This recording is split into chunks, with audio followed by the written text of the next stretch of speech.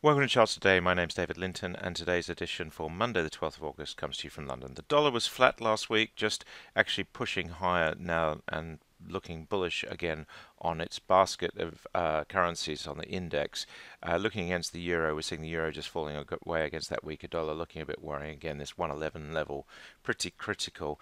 If we look at the dollar against the yen, we see that actually it's still weak there, bearish in all three time frames, so that might just be a dampener for any dollar strength this week.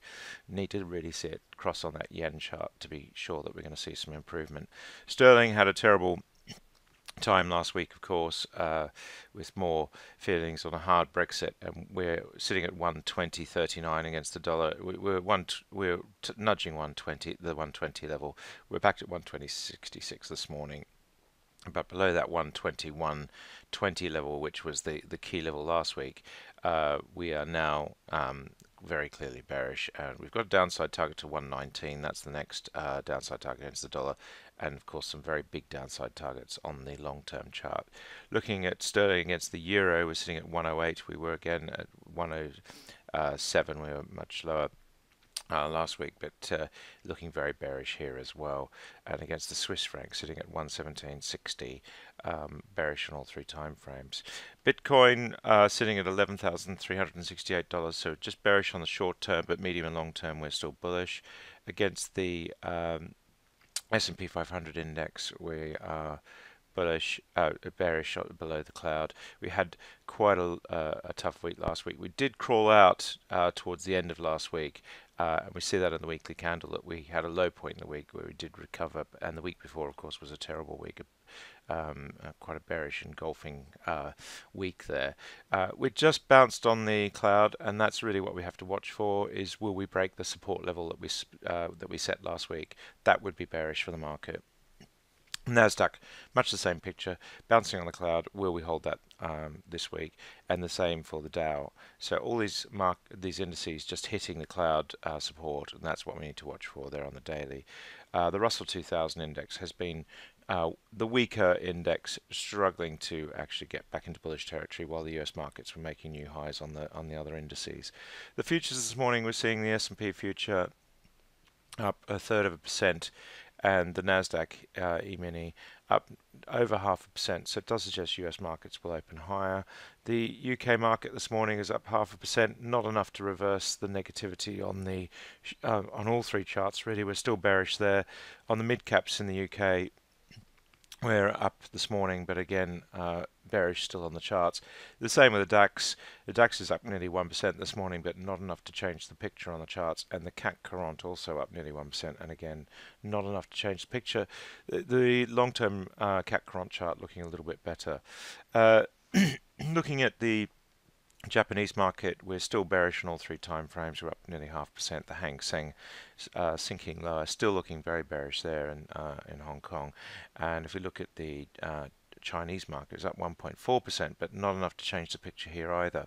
The Sensex in India up 0.68%, starting to look a little bit better on the short term. The medium term still a worry, but the long term still looking great with good upside targets. Looking at the Aussie market, we're up just slightly. And again, this market looking great in the medium and long-term charts. Brent crude sitting at $58.50, just starting to wander into bullish territory there, so looking a bit better for the week ahead.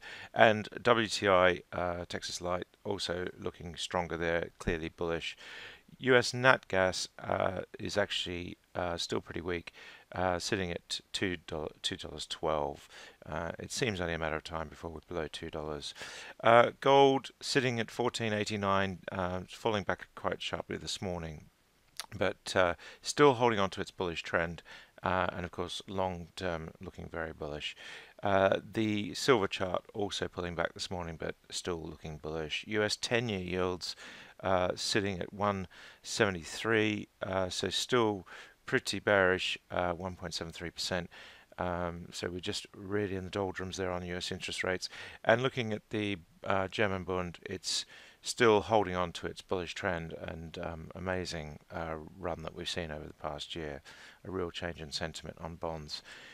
Taking a look now at the individual stocks, looking at the world indices, we see last week that on Friday most of the US indices are in the red.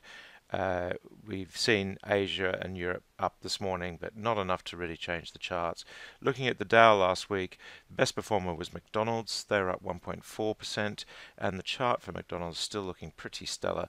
Outperforming the Dow by 11% so far this year. It did dive away to 10% underperformance at the start of the year, but it's really reversed that, and McDonald's looking very strong indeed. Taking a look at the downside, we had IBM at the other end of the scale. They were down 2.8%. Tech was pretty badly hit last week in the US.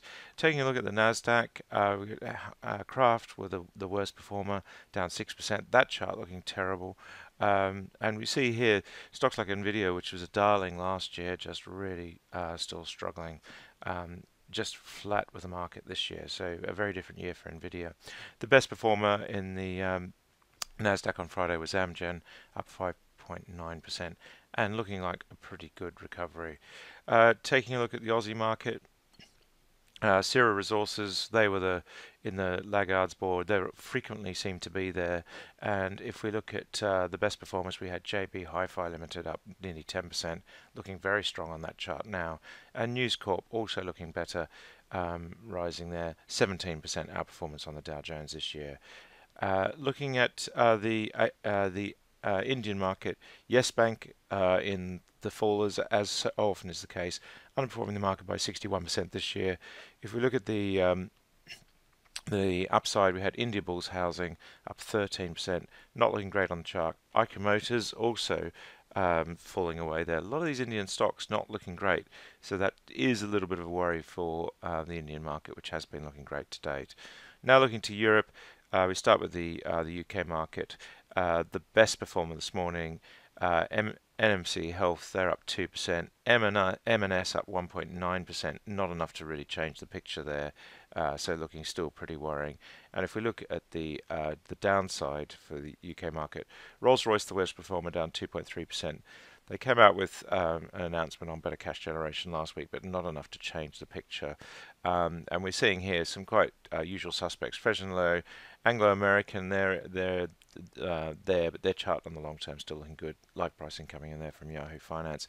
Looking at Centrica, still falling away very heavily, underperforming the Dow Jones this year by 60%, so quite a worry there. Looking at the 250, Cirrus Minerals, the worst performer, down 5%. And if we look at the best performer, we've got Tullow Oil up 18%, so that's looking pretty good there. On the Euro stocks, the top 50 in Europe, Philips, the best performer this morning, up 1.6%. Lind up 1.6%. And if we look at the downside, only two stocks down. Adidas down 2.9%, still a great looking chart, outperforming the market this year by 26%.